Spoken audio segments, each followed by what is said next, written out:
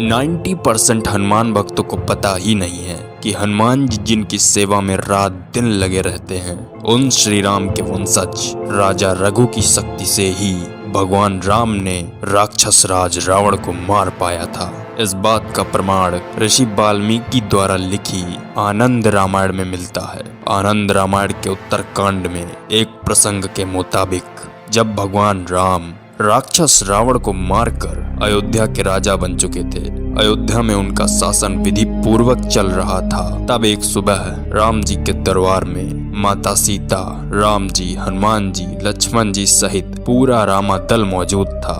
तब शत्रुघ्न जी ने ये सोचा कि अब इस वंश का नाम रघुवंश नहीं बल्कि राम वंश हो जाना चाहिए, क्योंकि भगवान राम ने राक्षसों के राजा रावण को मारकर बहुत बड़ा कार्य किया था। ये विचार करने के बाद शत्रुघ्न जी ने इस बात को पूरी सभा में बताया और बोले कि मैं इस सभा में आए सभी मंत्रियों से एक प्रस्ताव पारित करवाना चाहता हूँ। इस प्रस्ताव में मैं चाहता हूँ कि अब इस वंश को रघुवंश के नाम से ना जाना जाए बल्कि राम वंश के नाम से जाना जाए, क्योंकि भगवान राम ने इस वंश में सबसे बड़ा काम किया है। राक्षसों के राजा रावण को मारना देवताओं के लिए भी असंभव था और इसलिए मैं चाहता हूँ कि आप सब इस प्रस्ताव पर विचार करें। शत्रुघ्न जी की इस बात को सुनकर सभी मंत्रियों ने एक दूसरे की ओर देखा और हाँ में सिर हिला दिया, जिसके बाद सभी मंत्रियों ने वहीं बैठे हुए भगवान राम से भी ये बात कही। तब भगवान राम ने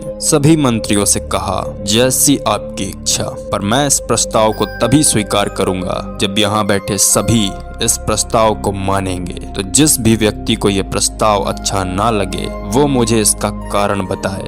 वहां बैठे सभी मंत्रियों तथा सहकर्मियों को ये प्रस्ताव अच्छा लगा और सभी ने इसको मंजूरी भी दे दी, सिवाय एक बूढ़े ब्राह्मण के। तब भगवान राम ने उस बूढ़े ब्राह्मण से पूछा, हे ब्राह्मण देवता, आपका इस प्रस्ताव को ना मानने का क्या कारण है, मुझे बताएं। तब उस बूढ़े ब्राह्मण ने कहा, क्षमा कीजिएगा महाराज, पर आपने रावण को महाराज रघु के कारण ही हरा पाया है। महाराज रघु मेरे सामने ही बड़े हुए थे। मैंने महाराज रघु का कार्यकाल भी देखा है और आपका भी। मैं आपको महाराज रघु के पराक्रम की एक घटना सुनाता हूँ, जिससे आप उनकी वीरता के बारे में समझ सकेंगे। एक बार की बात है जब महाराज रघु दोपहर को मध्यकाल की संध्या पूजन कर रहे थे और वहीं से राक्षस रावण भी अपने पुष्पक विमान पर बैठकर जा रहा था। तभी उसने देखा कि महाराज रघु पूजा का जल गलत दिशा में फेंक रहे हैं। अब रावण ज्ञानी तो था ही, तो उसने महाराज रघु से कहा कि आप गलत दिशा में संध्या का जल फेंक रहे हैं,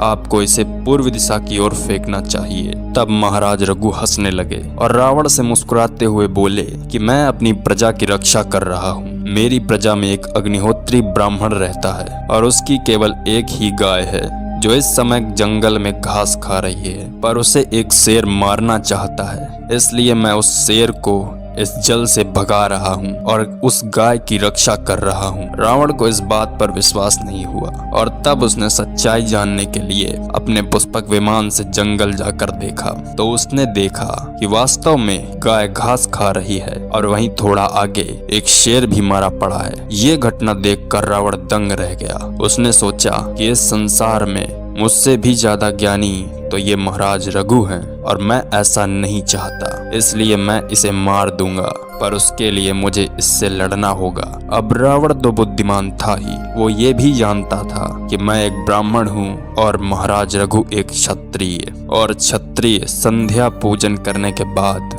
ब्राह्मणों को दान जरूर करता है, तो मैं उनसे दान में युद्ध मांग लूंगा और तब मैं उन्हें युद्ध में हरा कर मार दूंगा। अब उस समय तो महाराज दोपहर की संध्या पूजन समाप्त कर चुके थे, तो रावण ने सोचा कि अब मैं शाम की संध्या पूजन के समय जब महाराज फिर से सरयू नदी के किनारे संध्या पूजन के लिए आएंगे, तब मैं उनसे दान में युद्ध मांग लूंगा। जिसके बाद शाम हो जाती है और तब महाराज रघु वहां आते हैं और संध्या की पूजा करने लगते हैं। पूजा करने के बाद रावण ने महाराज रघु से कहा, महाराज मैं एक ब्राह्मण हूँ और आप एक क्षत्रिय हैं। मेरा काम दान लेना है और आपका काम दान देना। जिसके बाद महाराज रघु मुस्कुराकर बोले, हाँ तुम सही कह रहे हो, तो बताओ मैं तुम्हें क्या दान दूं। तब रावण बोला, मैं आपसे युद्ध का दान चाहता हूँ, आपसे युद्ध करना चाहता हूँ। ये बात सुनकर महाराज रघु बोले, मैं क्षत्रिय कुल का हूँ और क्षत्रिय कभी भी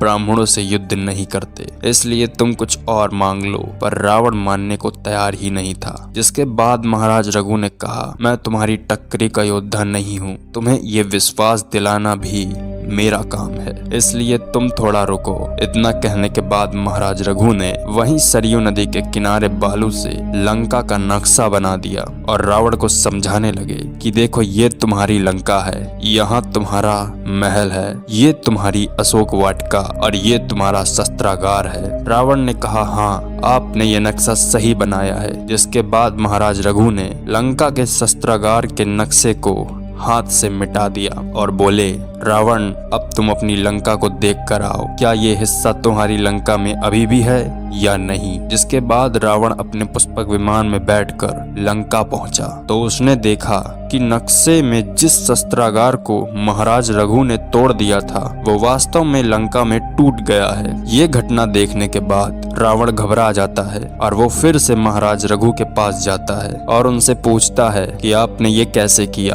आपने जो नक्शे में किया वो वास्तव में हो गया। तब महाराज रघु ने कहा, मैं त्रिकाल संध्या करता हूँ और मेरी संध्या पूजन के कारण ही मैं ऐसा कर सकता हूँ और इसीलिए मैंने तुमसे कहा था कि मैं तुम्हारी टक्करी का योद्धा नहीं हूँ, तुम किसी और से जाकर युद्ध करो। जिसके बाद रावण वहाँ से चला जाता है। पर रावण मानने वालों में से नहीं था, उसे तो बस महाराज रघु को मारने का सपना पूरा करना था, क्योंकि वो महाराज रघु की शक्तियों से चिढ़ने लगा था। वो नहीं चाहता था कि कोई उससे भी ताकतवर बने। अब रावण ज्ञानी तो था ही, उसने कई शास्त्रों को पढ़ा और जाना था। तब वो महाराज रघु को हराने के लिए उपाय ढूंढने लगा और दोस्तों उसे एक उपाय भी मिल गया। उसने देखा कि जिस प्रकार जालंधर को कोई नहीं मार सकता था क्योंकि उसकी पत्नी वृंदा पतिव्रता थी, उसी प्रकार महाराज रघु को भी कोई नहीं मार सकता क्योंकि उनकी भी पत्नी बहुत बड़ी पतिव्रता हैं। जिसके बाद उसने सोचा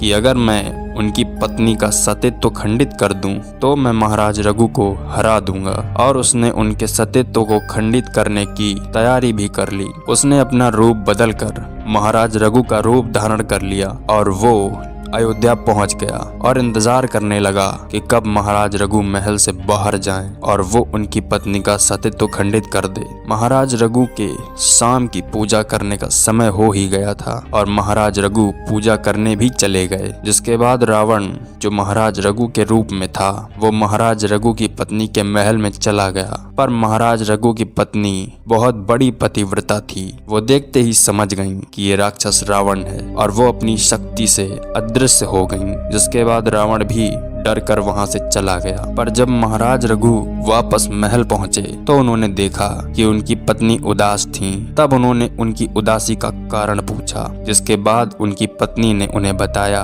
कि राक्षस रावण उनका सतीत्व खंडित करने आया था और उसने आपका रूप रखा हुआ था, पर मैंने उसे पहचान लिया और मैं अदृश्य हो गई और वो यहाँ से चला गया। जब ये बात महाराज रघु को पता चली तो महाराज रघु ने सोचा कि अब मुझे इस रावण को दंड देना ही होगा और तब उन्होंने अपनी तरकस से एक बाण निकाला और उसे अभिमंत्रित कर दिया और जैसे ही उस बाण से रावण को मारना चाहा उसी समय ब्रह्मा जी वहां आ गए और उन्हें रोक दिया और कहा, रघु तुमने अगर रावण को मार दिया तो फिर भगवान धरती पर अवतार क्यों लेंगे। मैंने रावण की मृत्यु भगवान राम के हाथों ही लिखी है जो तुम्हारे ही कुल में अवतार लेंगे और इसलिए मैं चाहता हूँ कि तुम ये बाण मुझे दे दो। जिसके बाद महाराज रघु वो बाण ब्रह्मा जी को दे देते हैं। पर ये बात रावण को पता चल जाती है कि रावण की मृत्यु का बाण ब्रह्मा जी के पास है और इसलिए रावण लग गया तपस्या करने ताकि वो ब्रह्मा जी से मृत्यु का बाण ले सके।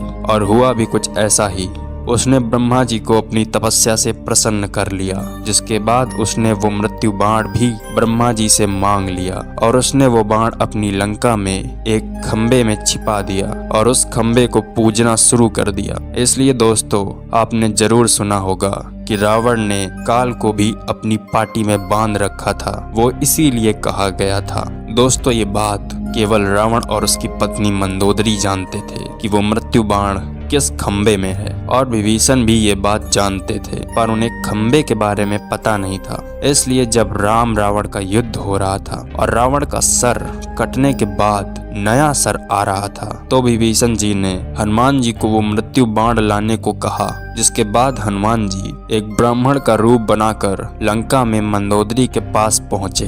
मंदोदरी बहुत चिंता में थी। तभी हनुमान जी ने मंदोदरी से कहा, बेटी मैं जानता हूँ कि रावण नहीं मर सकता, क्योंकि उसे मारने का मृत्यु बाण राम के पास नहीं है। इतना सुनते ही मंदोदरी खुश हो गई और उसने कहा, हाँ ब्राह्मण देवता आप सही कह रहे हो, वो मृत्यु बाण इस खंबे में है। जिसके बाद हनुमान जी ने वो खंबा तोड़कर वो बाण निकाल लिया और वो उसे लेकर चले गए, जिसके चलाने पर रावण मारा गया। दोस्तों जब ये बात राम दरबार में उस बूढ़े ब्राह्मण ने भगवान राम को बताई, तो उन्होंने इस प्रस्ताव पर रोक लगा दी, और इसीलिए आज भी रघुवंश को रघुवंश ही कहा जाता है। दोस्तों अगर आपको हनुमान जी के 11 मुखी अवतार के बारे में जानना हो तो आप ये वीडियो देख सकते हो। तब तक के लिए जय श्री राम।